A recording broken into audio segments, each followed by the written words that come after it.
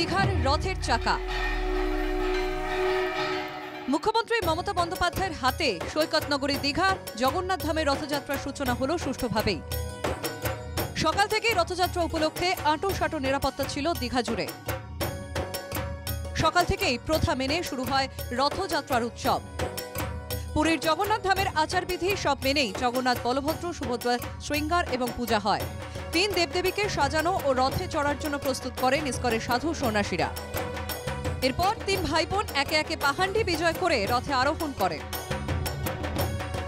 पाहंडी एक उड़िया शब्द है जिसका अर्थ होता है कि भगवान अपने खुद पैर से चलकर अपने मंदिर से, श्री मंदिर से निकलकर आएंगे और रथ में विराजमान होंगे।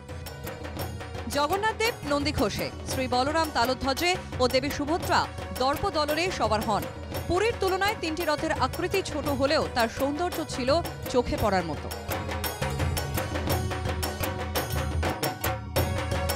দুপুর 2টো নাগাদ এসে পৌঁছান মুখ্যমন্ত্রী মমতা বন্দ্যোপাধ্যায়। ভক্তদের নমস্কার করতে করতে মন্দিরের কাছে পৌঁছন মুখ্যমন্ত্রী। এরপর তারই উপহার দেওয়া সোনার ঝাঁটা দিয়ে রথের পথ ঝাঁট দিয়ে রথযাত্রার আনুষ্ঠানিক সূচনা করেন তিনি।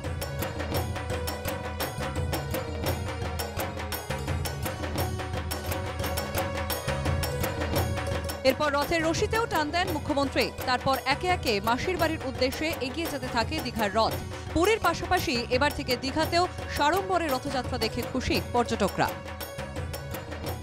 এই তো দারুণ, মানে অকল্পনীয়, বলার কোনো ভাষা নেই। বেসিক্যালি আমরা এতদিন ধরে পুরীর রথ দেখতে অভ্যস্ত, কিন্তু পুরী আমাদের এখান থেকে অনেকটাই দূর। আমরা ওয়েস্ট বেঙ্গলের বাসিন্দা হয়ে সামনে এত বড় একটা কর্মকাণ্ড, সেটা দেখার জন্য মুখিয়েছিলাম। না, এটা আনপ্যারাল। পুরী তো আর আমরা এইভাবে দেখতে পাবো না, কিন্তু এখানে যেভাবে ক্রাউড ম্যানেজমেন্ট বা যেভাবে ব্যবস্থাপনা হয়ে আছে, দাঁড়িয়ে দেখার মতন জিনিস। ভীষণ ভালো লাগছে।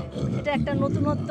এটা দেখুন, দীঘাতে এর আগে বহুবার এসেছি, কিন্তু এটার মধ্যে একটা নতুনত্ব আছে। 1 কিলোমিটার পথ পাড়ি দিয়ে দীঘার জগন্নাথ ঘাট সমুদ্র তীরের পাশে পুরনো জগন্নাথ মন্দির লাগোয়া মাসির বাড়িতে পৌঁছান জগন্নাথ, বলরাম, সুভদ্রা।